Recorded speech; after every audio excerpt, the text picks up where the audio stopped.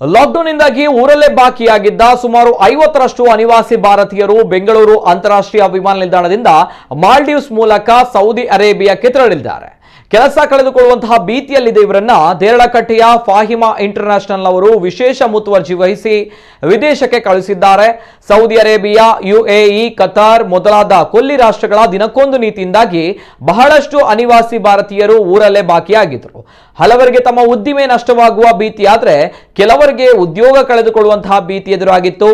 ಇವರ ಸಮಸ್ಯೆಯನ್ನ ಮನಗಂಡ ಫಾಹಿಮಾ ಇಂಟರ್ನ್ಯಾಷನಲ್ ಅವರು ಅವರನ್ನ ನಿರ್ಬಂಧವಿಲ್ಲದ ನೆರೆಯ ದೇಶಗಳಲ್ಲಿ ಕ್ವಾರಂಟೈನ್ ಮಾಡಿಸಿ ಕೊಲ್ಲಿ ರಾಷ್ಟ್ರಗಳಿಗೆ ಕಳುಹಿಸುವ ವ್ಯವಸ್ಥೆ ಮಾಡಿದೆ. ಈ ಹಿಂದೆ ಯುರೋಪ್ ರಾಷ್ಟ್ರಗಳ ಮೂಲಕ ಹಲವರನ್ನ ಕಳಿಸಿಕೊಟ್ಟಿದ್ರೆ ಇದೀಗ ಮಾಲ್ಡೀವ್ಸ್ ಮೂಲಕ ಕಳಿಸಿಕೊಡುವ ಮೂಲಕ ಹಲವರ ಕಷ್ಟಕ್ಕೆ ನೆರವಾಗಿದೆ ಫಾಹಿಮಾ ಇಂಟರ್ನ್ಯಾಷನಲ್. ಈ ಬಾರಿಯೂ ಕೂಡ ದಕ್ಷಿಣ ಕನ್ನಡ, ಉಡುಪಿ ಸಹಿತ ಹಲವೆಡೆಯಿಂದ ಸುಮಾರು 50ರಷ್ಟು ಮಂದಿ ಬೆಂಗಳೂರು ವಿಮಾನ ನಿಲ್ದಾಣದಿಂದ ಮಾಲ್ಡೀವ್ಸ್ ಮೂಲಕ ಸೌದಿ ಅರೇಬಿಯಾಕ್ಕೆ ತೆರಳಿದ್ದಾರೆ. ಅತ್ಯಂತ ಕಡಿಮೆ ದರದಲ್ಲಿ ಕಡಿಮೆ ಖರ್ಚಿನಲ್ಲಿ ಕ್ವಾರಂಟೈನ್ ಸಾಧ್ಯವಾಗುವ ದೇಶಗಳ ಮೂಲಕ ವ್ಯವಸ್ಥೆ ಮಾಡುವ ಮೂಲಕ ಸಂಕಷ್ಟಕ್ಕೀಡಾದವರಿಗೆ ಫಾಹಿಮಾ ಇಂಟರ್ನ್ಯಾಷನಲ್ಸ್ ಬಂಧುಗಳು ಆಪದ್ ಬಾಂಧವರಾಗಿದ್ದಾರೆ.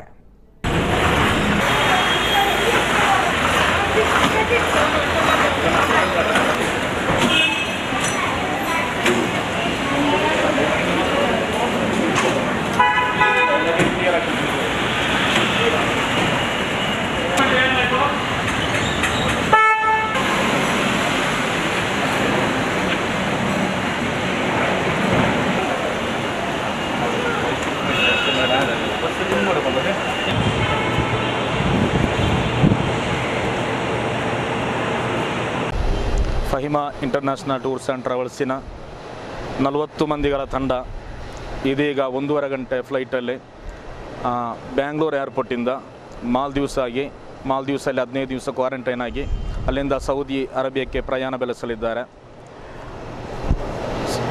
ಅದೇ ರೀತಿ ನಮ್ಮ ಈ ಪ್ರವಾಸಿಗಳು ವರ್ಷಗಳಿಂದ ಪ್ರವಾಸಿ ಆ ಜೀವನಕ್ಕೆ ಹೋಗಲಾರದೆ ಮನೆಯಲ್ಲಿದ್ದು ಇದೀಗ ಟ್ರಾವೆಲ್ಸ್ಗಳನ್ನು ಹುಡುಕುತ್ತಿದ್ದಾಗ ಹೋಗುವ ಯಾವುದೇ ಮಾರ್ಗಗಳಿಲ್ಲದಿದ್ದಾಗ ಫಹಿಮಾ ಟ್ರಾವೆಲ್ಸಿನವರು ಎಲ್ಲ ರೀತಿಯ ತಯಾರು ಇವರಿಗೆ ಮಾಡಿಕೊಟ್ಟಿದ್ದಾರೆ. ದೇವರ ದಯೆಯಿಂದ ಇದೀಗ 1.5 ಗಂಟೆ ಫ್ಲೈಟಲ್ಲಿ 40ಕ್ಕಿಂತಲೂ ಮಿಕ್ಕ ಪ್ರವಾಸಿಗಳು ಹೋಗಲಿದ್ದಾರೆ.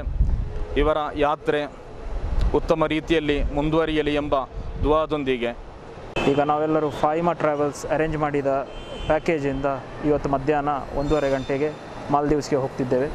ನಮ್ಮೊಂದಿಗೆ ಈ ಥರ 40 ಜನ ಕೂಡ ಇದ್ದಾರೆ.